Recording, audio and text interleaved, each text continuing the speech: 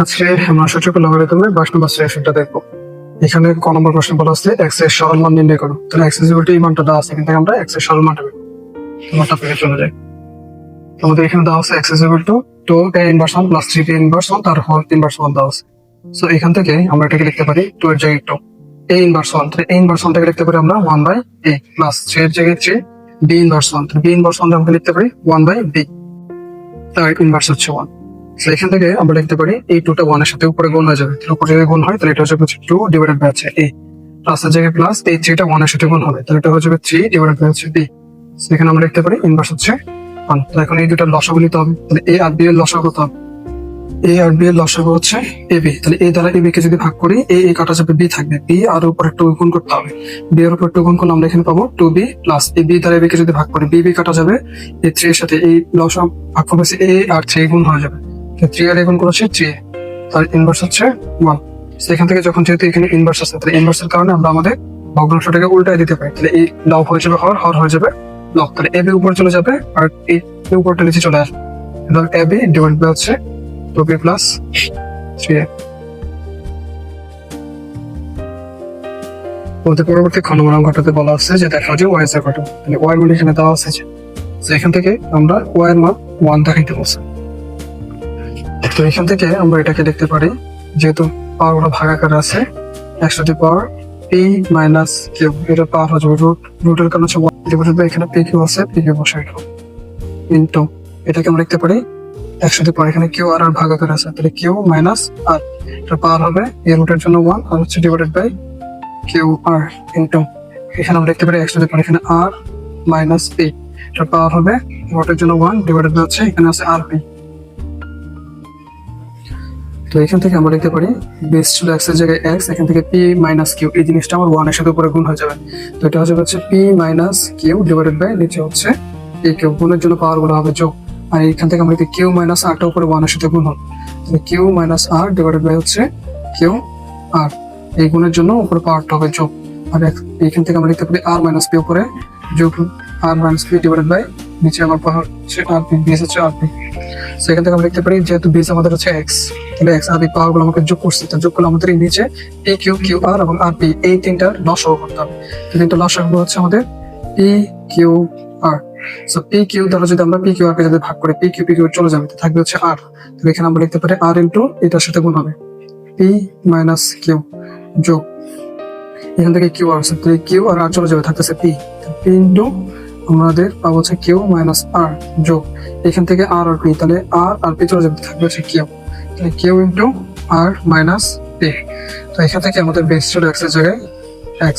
এখানে থাকতেছে p q r লসাগুটা, আর এখানে p আর r যদি গুণ করি তাহলে আমরা পাবো p r, এখানে মাইনাস ছিল প্লাস হবে মাইনাস, q আর r গুণ করলে হচ্ছে q r হচ্ছে প্লাস, এটা থেকে প্লাস p দ্বারা এখন এটাকে গুণ করবো, আবার হচ্ছে r টাকে গুণ করবো, p আর q যদি আমরা গুণ করি পাবো p q প্লাসে মাইনাস হবে মাইনাস, p আর r গুণ করলে আমরা পাবো হচ্ছে p r, এবারে q দ্বারা একবার r কে q দ্বারা একবার p কে গুণ করবো, এটার আগে r এর আগে প্লাস, এটার আগে প্লাস, প্লাস প্লাস হবে প্লাস,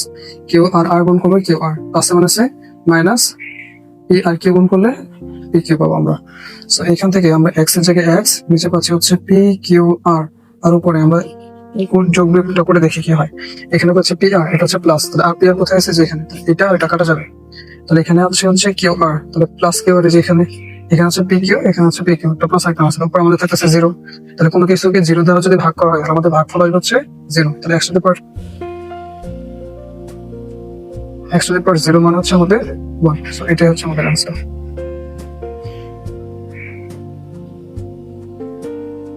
আমরা আমাদের পরবর্তী অঙ্ক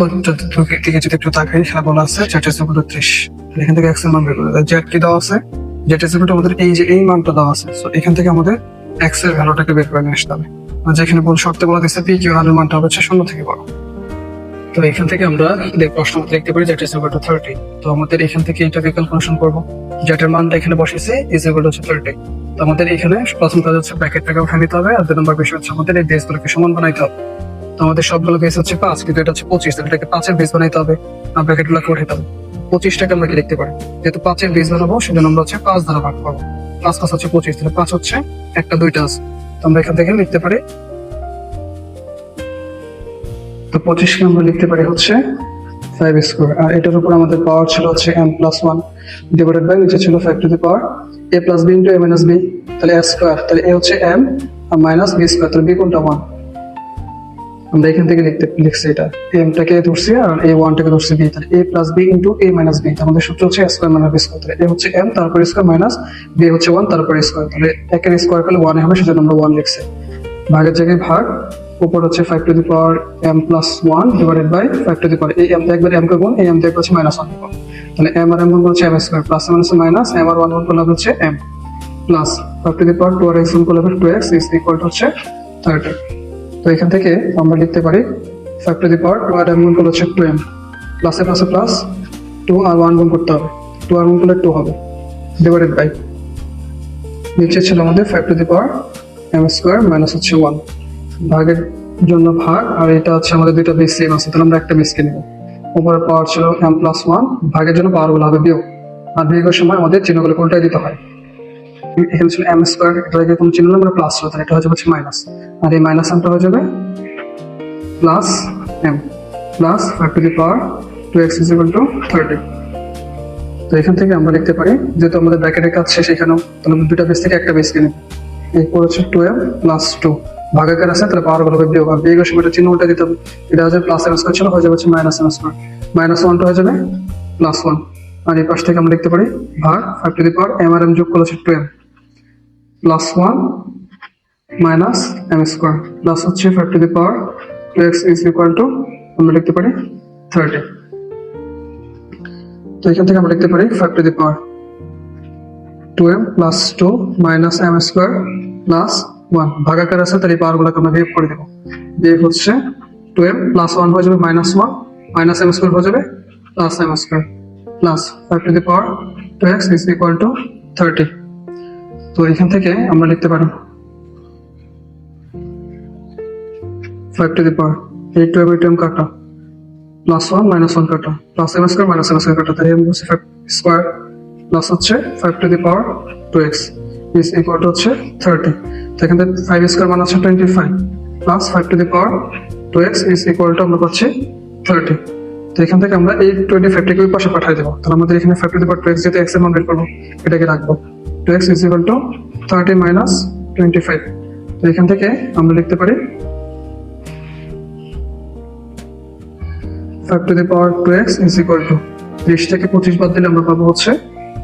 5, তো দুইটা বেজ আবার সেম হয়েছে, তো 5 মানে 5 এর মনে মনে আমাদের 1 আছে, এটাকে আমরা ধরতে পারি। তো এখান থেকে আমরা লিখতে পারি দুই পাশে যেহেতু বেজ সমান করে পাওয়ার গুলো তাহলে আমরা সমান বলতে পারি, এখানে আমরা লিখতে পারি 2x ইজ ইকুয়াল টু হচ্ছে